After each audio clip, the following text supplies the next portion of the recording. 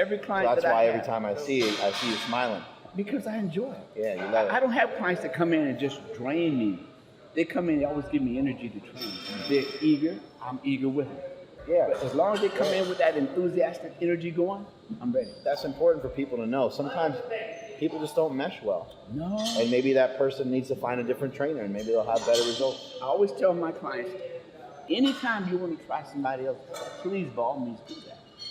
Right. Now, I can't hold this spot for you, so when you come back, you got to take whatever's left. Right. So, and most of them say, I stay, you know. Right. Because I try to give out that positive energy. I don't care how bad my day is, but when I step in that door, it's all about the client. What do you think the biggest difference is between the guys that you have trained that have gotten to the championship level and maybe some guys that have fallen short? Dedication. Yeah. You have to be dedicated to this. This is a very selfish sport. It's all about who? Me. See? So if you don't have that mentality, you're not going to make it. If you want to go out there and say, oh, I'm going to share this with this person, that person, you're going to fall short. You need to have a little bit of an ego, So maybe. not ego, just that dedication. Right. Ego is that you go in there and it's, you know, you're too good for anybody and everybody. But that dedication means you go in there and you work hard because you're dedicated to, it's like a job. You become dedicated to a job, so you stay there. That's why people stay at jobs 35, 40 years. Right. They're dedicated to that job. This is the same thing. I'm dedicated to this. I love it. I love when people come in. It's not, what would I do without it? You know? Yeah, what do we do without it? Yeah. That's a great question. We come in this gym and we have that challenge within us. I'm gonna do this today. I don't care how heavy it is, I'm gonna make it work for me. So we do. You know what? If you're my client, I don't care who comes in here. How you doing? Now it's about you. Right. I can't focus on them because you're my client. My focus goes toward you. I'm friendly, but there'll come a point in time where I have to pay attention to the person I'm with. I've never had anyone, not one single client, hurt themselves. Why? Because I'm on top of it. That's amazing. I'm on top of it. I'm at, don't move, sit. Don't move till I come back. I grab some water, I come right back. That means sit. That don't mean as soon as I walk over that way, you jump and start doing something. Now it's on you, not me. Right. So, yeah. You worked with a lot of different people. I mean, not just bodybuilding. I think a lot of people think of you as just strictly bodybuilding, but you've worked with a lot of people that just want to be in better shape, people that want to feel better, guys like Magic Johnson, and the list goes on and on of celebrity people that you've worked with. You know what? Right now, I have a 83-year-old grandmother that wants to train. That's awesome. Now, she could only afford to pay me my fee for just one session a week. So I said, okay, you want to do it? Okay. Yeah. So she's in there training hard. She's having fun. And I'm thinking to myself, you know, I do so much for other people. You need more than one day. So what did I do? For that same amount, I gave her 2 days. Oh, there you go. And now she's just loving it. You know, it's just, you see something in a person and you want to go out and help them. Yeah. You don't want to just keep taking. Why not give something back? Right. She needed 2 days. She could only afford 1 day. I gave her 2.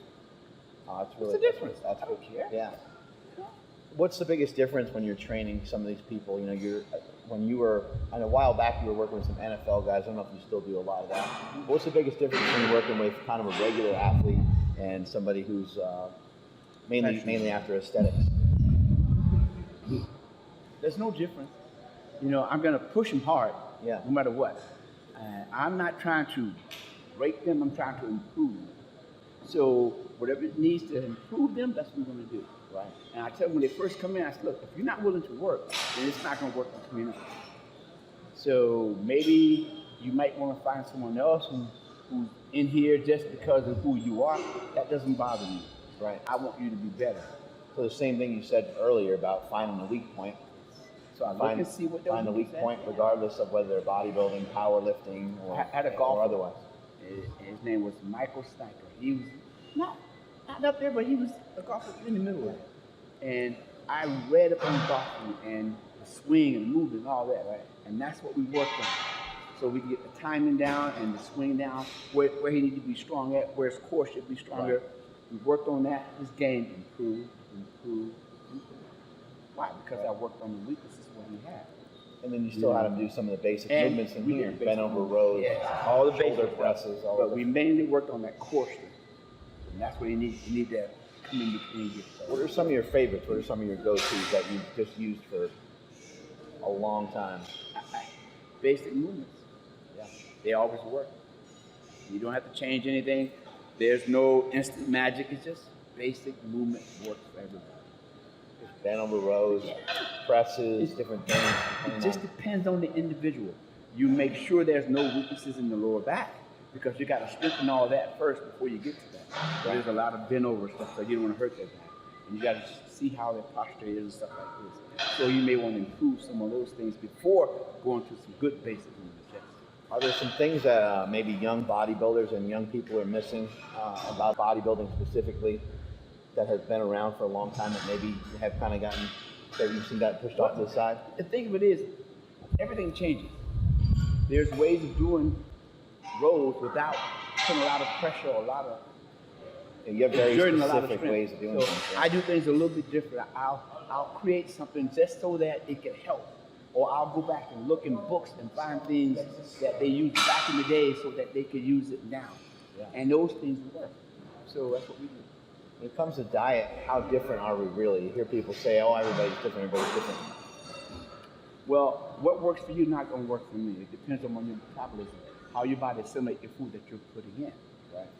That's me. You see, I've never had a weight problem. So the minute I quit eating as many meals, I go down in weight. Real quick. Yeah. I mean quick.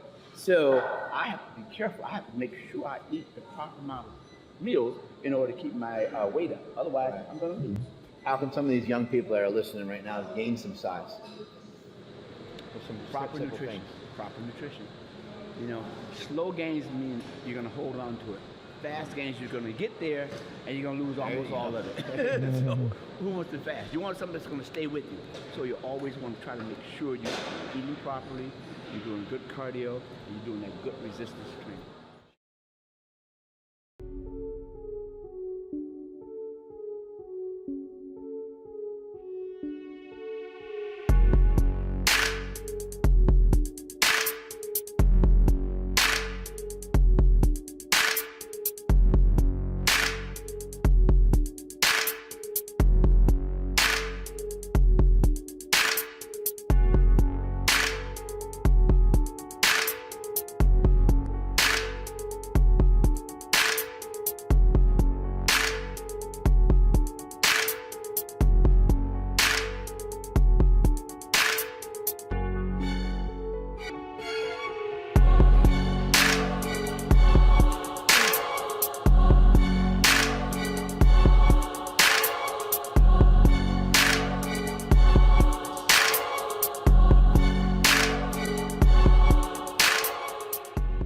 Answer or pushes.